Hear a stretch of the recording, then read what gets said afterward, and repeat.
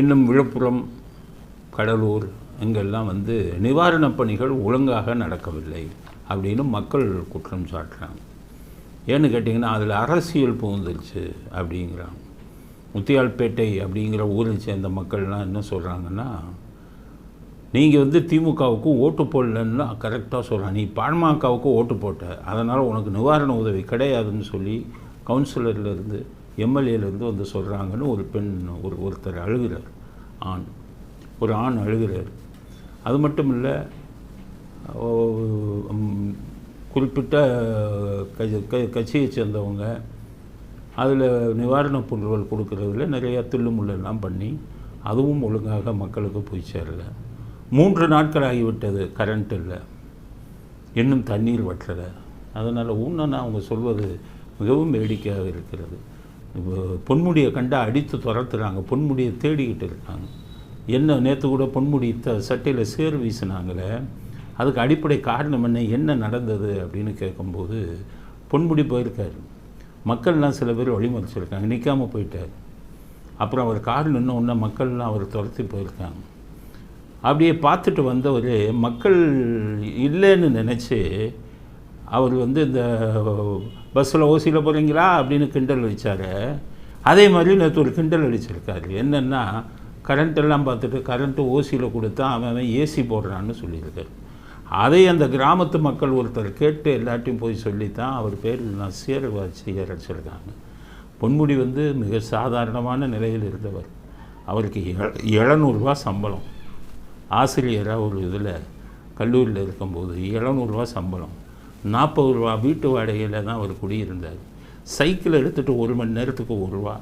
அந்த சைக்கிள் எடுத்துகிட்டு தான் ஊரை சுற்றுவார். அந்த சைக்கிளுக்கு அந்த 1 ரூபா கூட ஒழுங்காக கொடுக்க மாட்டாருங்கன்னு அந்த ஏரியாவில் இருக்கிறவங்க சொல்கிறாங்க. இப்படிப்பட்டு இருந்தவர் இன்றைக்கி ஆயிரக்கணக்கான கோடிக்கு அதிபதி ஆகிட்டா மக்களை பார்த்து கிண்டல் அடிக்கலாமா? அவனே வெள்ளத்தில் பட்டுக்கிட்டு கஷ்டப்பட்டுக்கிட்டு தண்ணி கிடைக்கல, சாப்பாடு கிடைக்கலன்னு இருக்கான். அவன்கிட்ட போயிட்டு கரண்ட்டு ஓசியில் வருது, இவன்லாம் ஏசி போடுறான்னு சொல்லலாமா? அதனால் பொன்முடியைத்தான் இப்போ குறி வச்சுக்கிட்டு இருக்காங்க, தேடிக்கொண்டு இருக்கிறார்கள். அவர் எல்லார் கண்ணிலையும் படாமல் ஒளிந்து கொண்டு இருக்கிறார். இப்போ பாருங்கள், இந்த வீடியோவை பாருங்கள். ஒரு பெண்ணு கதறாரு, உங்களில் ஒருவன் சொன்னீங்களா, 3 நாளாக கரண்ட் இல்லை, சாப்பாடு இல்லைன்னு, இன்னமும் கற்றுக்கிட்டு பற்றாக்குறை தீரலை அப்படின்னு ஒரு பெண் சொல்கிற வீடியோவை பாருங்கள். இது வரைக்கும் தண்ணி இருந்தது, எங்கே போய் தங்க முடியும்? ஏன் வந்தா எங்களுக்கு அங்கெல்லாம் போட்டு வச்சு எடுத்துன்னு போனாங்க. எங்களுக்கு யாருமே வரல. பிள்ளை குட்டியை தூக்கி இடுப்புல தலைமையில வச்சுக்கிட்டு போய் நாங்கள் அங்கே விட்டுட்டு வந்தோம். ஒரு பையன் கூட இங்கே வரல. அன்னைக்கு உங்களில் ஒருவன் நான், உங்க சொந்தம், உங்க பந்தம், உங்க உடன் பிரிவுன்னு ஓட்டு கேட்டானுல்ல. இப்போ எங்கே போனானோ அவனெல்லாம்? எத்தனை நாள் ஆகுது தெரியுமா? எத்தனை நாள் ஆகுது இன்னைக்கு? இன்னைக்கு எம்மா 1/2 மணி நேரத்துக்கு தண்ணி வந்துடும், 1 மணி நேரத்தில் கண்டு வரணும். 4 நாள் எங்கே போயிருந்தானுவா? 4 நாள் எங்கே போயிருந்தானுவா? அதுக்கு அடுத்தது சாப்பாடு கொடுக்குறாங்க, மக்கள் எடுத்து காமிக்கிறாங்க. 2 நாள் சாப்பாடு, அது சாப்பிடவே முடியல, கெட்டு போயிருக்குன்னு சொல்லி அந்த சாப்பாடை திறந்து அவங்ககிட்டே காமிக்கிறாங்க. ஏன் ஒரு சாப்பாடு கூட மக்களுக்கு ஒழுங்காக கொண்டு போய் செய்யக்கூடிய வேலையை செய்கிறது இல்லையா? அதை பாருங்கள், அந்த வீடியோவும் பாருங்கள். சாப்பாடு எப்படி கெட்டு போன சாப்பாடை கொடுக்குறாங்கங்கிற வீடியோவையும் பாருங்கள். நேற்று சாப்பாடு கொடுத்துனாங்கல்ல, சாப்பிடுறாங்க. ஏற்கனவே எல்லாத்தையும் விட்டுட்டு உட்காந்துக்கிறோம். நேற்று சாப்பாடு கொடுக்குறாங்க, எங்களுக்கு சாப்பிட முடியுமா? ஒரு கவர்மெண்ட் எல்லாம் செய்யறாங்க, நல்லது செய்யறாங்க, வரவங்க மக்கள் செய்ய மாட்டேன்றாங்க. அப்படியே வாசனை வருது அந்த சாப்பாடு. இது எப்படிங்க சாப்பிடுறது? பாதிக்கப்பட்டிருக்கிறோம். அடுத்தது, கரண்ட் இல்லாமல் கிராமங்கள் தவித்து கொண்டு இருக்கிறது. தீப்பந்தத்தை வச்சுக்கிட்டு எரிச்சுக்கிட்டு இருக்காங்க இரவு பூரா. 3 நாள் ஆகிவிட்டது, இன்னும் கரண்ட் வரல, இன்னும் தண்ணியை வடிகட்ட முடியலை. என்ன காரணம்? நிர்வாகத்தில் இருக்க மிகப்பெரிய குறைபாடு.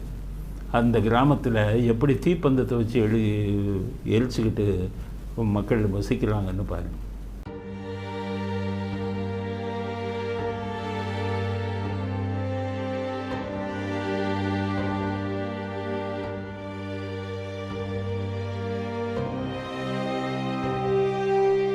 அடுத்தது, சாப்பாடு கிடைக்காம, அடிப்படை வசதிகள் கிடைக்காம, தண்ணீர் இறங்காமல், எலக்ட்ரிசிட்டியும் இல்லாமல், ஒரு மின்சாரம் இல்லாமல் மக்கள் போராட்டத்தில் ஈடுபடுறாங்க. நம்ம இங்கே ராதாகிருஷ்ணன் ஒரு IAS, அவர் ரொம்ப திறமையானவர். ஜெயலலிதாலாம் அவர் வச்சிருக்கிற டீம் குழுவில் இவரும் ஒருத்தர். சுனாமி இதாகும்போது அவரை தான் அனுப்புனாங்க. மிக திறமையானவர். அவரையே தத்தளிக்கிறார். பொதுமக்கள் வந்துக்கிட்டு அவர்கிட்ட வந்து தகராறு பண்ணுறாங்க. ஏன் தத்தளிக்கிறாங்கன்னா, திறமையான அதிகாரிகள் ஏன் தத்தளிக்கிறாங்கன்னா, அந்த வீடியோவை பாருங்கள். ராதாகிருஷ்ணன் என்ன பாடுபடுகிறார், மக்கள் வந்து எப்படி அவருக்கு எதிராகவே போராடுகிறார்கள் பாருங்கள்.